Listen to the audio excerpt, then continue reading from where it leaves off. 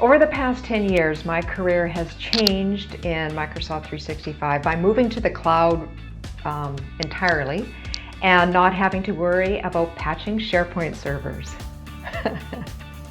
Well, the on-prem products that I used to work on have systematically been exterminated by the cloud. So I've had the opportunity to move into, I guess you'd call it a higher level of abstraction, where I'm working more on the architecture of how things work and how you do work with them, as opposed to minutia of how many disks with how many IOPS do I need to stuff into this cabinet to make people's email work.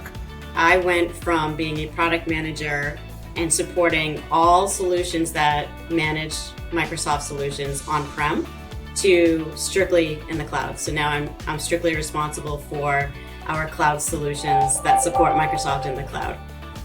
Microsoft 365 has been absolutely brilliant for me in my career, and that it's given me a focus, a specialization that I never had prior to that.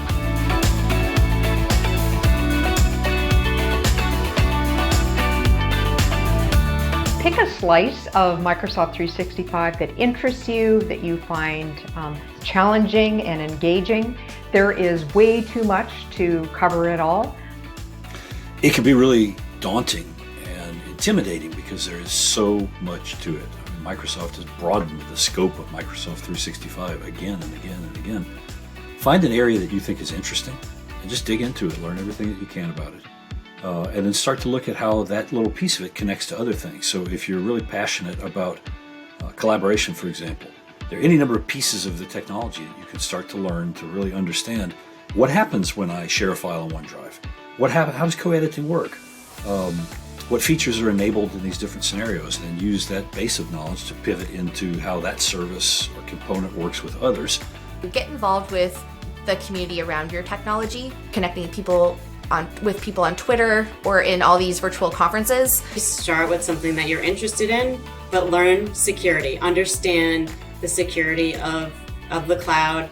Try to figure out what platforms you're interested in and just learn it, because it doesn't matter which path you take. If you know the security and you understand these granular details, you're going to be successful.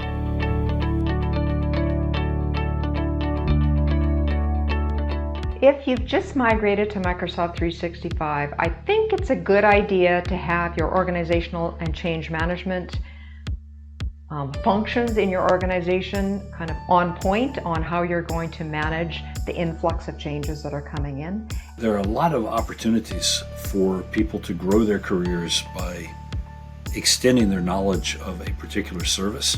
Specializing in a niche that's around you.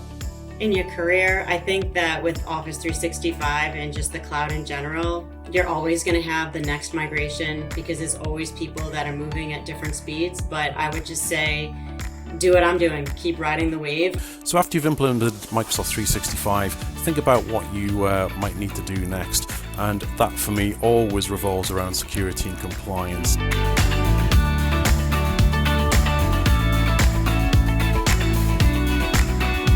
I'm having a hard time thinking of anything where I just looked at it and said, why? What the fruit? Why would anybody want to do that? So I guess I'm going to have to give that one a pass.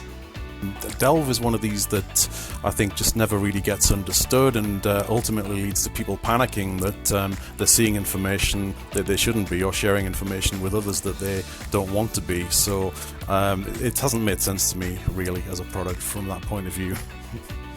And I think it's really cool that you can have GIFs inside of Teams, and specifically GIFs with The Rock. So if I want to throw a GIF in there on a body slam, or his eye roll, or him calling somebody a jabroni, that's kind of my favorite feature. But it's also kind of crazy that you can do that in Word.